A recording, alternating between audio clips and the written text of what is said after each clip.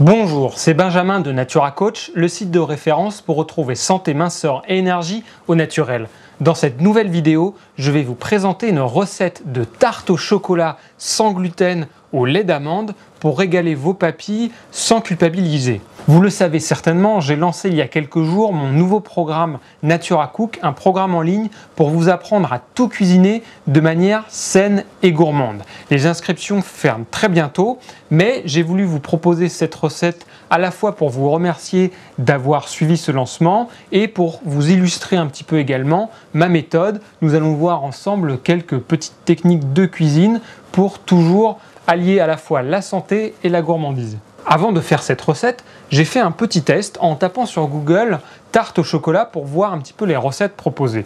Et bien entendu, la plupart des recettes étaient identiques, à savoir 99% du temps, ils proposaient d'utiliser une pâte brisée toute faite achetée au supermarché. Et ce type de pâte contient toujours les mêmes ingrédients, à savoir de la farine de blé blanche, donc à la fois du blé et tous les problèmes qui tournent autour du blé moderne et du gluten, vous le savez déjà à force avec toutes mes vidéos, plus le fait qu'elle soit raffinée et donc son indice glycémique est d'autant plus élevé.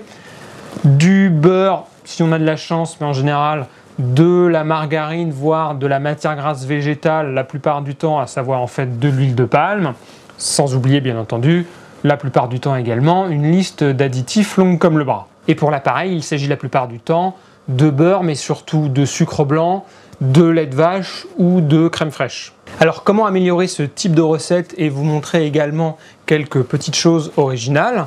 Tout d'abord pour la pâte, donc au lieu d'utiliser bien entendu ni une pâte brisée du marché, ni même une pâte brisée maison mais à base de farine, que ce soit de blé ou même de farine sans gluten, j'ai voulu vous montrer qu'on pouvait également réaliser une pâte à tarte avec des oléagineux, à savoir des amandes, des noisettes, etc. Pour cette recette, il va donc vous falloir 170 g d'amandes, de préférence sans la peau, 80 g de noix de macadamia que vous trouverez dans la plupart des magasins bio. Si jamais vous n'en trouvez pas, vous pouvez toujours utiliser des noisettes, mais c'était pour vous montrer un petit peu quelque chose d'autre. Une cuillère à soupe de n'importe quelle farine sans gluten, donc une farine de riz par exemple, ira très bien. Et comme j'ai voulu vous montrer quelque chose de différent dans cette vidéo, ici je vais utiliser de la farine de teff, qui est une céréale ancienne d'origine éthiopienne. Et pour finir la pâte, il vous faudra une cuillère à soupe de cacao en poudre et un œuf. Alors vous allez voir, pour ce fond de tarte, on ne peut pas faire plus simple parce qu'il va juste s'agir de mettre tous les ingrédients dans un mixeur, donc à commencer par les amandes et les noix de macadamia, ou donc les noisettes si jamais vous n'avez pas trouvé de noix de macadamia. Vous mixez le tout pendant une bonne quinzaine de secondes jusqu'à ce qu'elle soit réduite en poudre. Le but est d'obtenir juste une poudre grossière. Et ensuite vous mettez les autres ingrédients, à savoir la cuillère à soupe de cacao en poudre, l'œuf, et enfin la cuillère à soupe de farine, donc celle que vous avez ici, donc j'utilise une farine de teff. Et je remixe le tout à nouveau jusqu'à obtenir une boule de pâte qui va se former naturellement.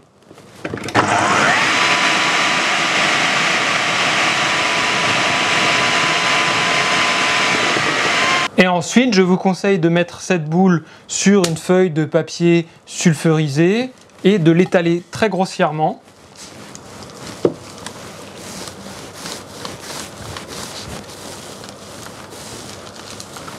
Pour la mettre ensuite dans un moule d'environ 22 cm. Hop, enfoncez bien la pâte dans le moule. Alors même s'il n'y a pas de gluten ou quasiment pas de farine dans cette pâte, l'air chaud peut quand même la faire gonfler légèrement et la faire craqueler.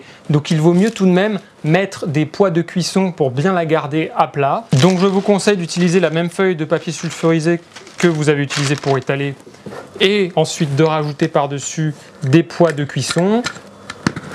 Personnellement, j'utilise des pois chiches, toujours les mêmes en fait, que je garde d'une pâtisserie à l'autre.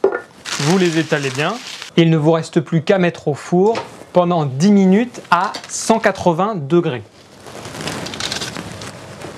Et maintenant, nous allons passer à l'appareil. Pour cela, il va vous falloir 150 g de chocolat noir, 20 centilitres de lait d'amande, 2 cuillères à soupe de miel, si possible du miel de châtaignier, 1 cuillère à soupe de purée de noisettes, un petit peu de vanille en poudre et également de cannelle en poudre, un œuf et enfin un ingrédient optionnel, mais si vous en avez, ça apportera un petit coup de peps chocolaté à cette recette, à savoir des fèves de cacao cru.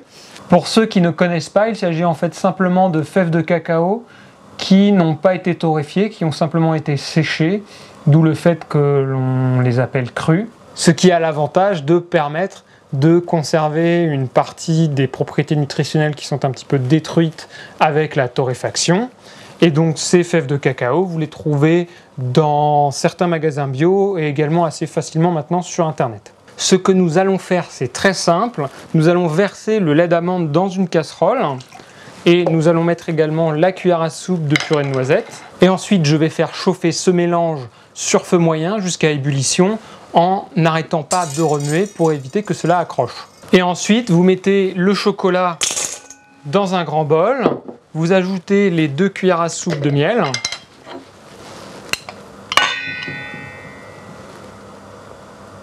Et vous versez le lait chauffé avec la purée de noisettes sur le chocolat. Et vous remuez bien jusqu'à ce que le chocolat soit complètement fondu. Une fois que le chocolat est bien fondu comme ceci, que la texture est bien liquide, vous prenez l'œuf, vous séparez le blanc du jaune,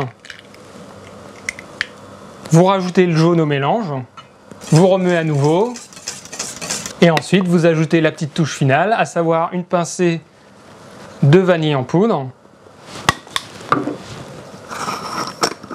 une pincée de cannelle, c'est suivant votre goût, et la touche finale, les fèves de cacao que je vais écraser un petit peu au mortier. Vous pouvez bien sûr aussi les réduire au mixeur et ensuite vous rajoutez au mélange. Mixez bien le tout et il ne vous reste plus qu'à verser sur le fond de tarte qui a eu le temps de refroidir pendant ce temps-là.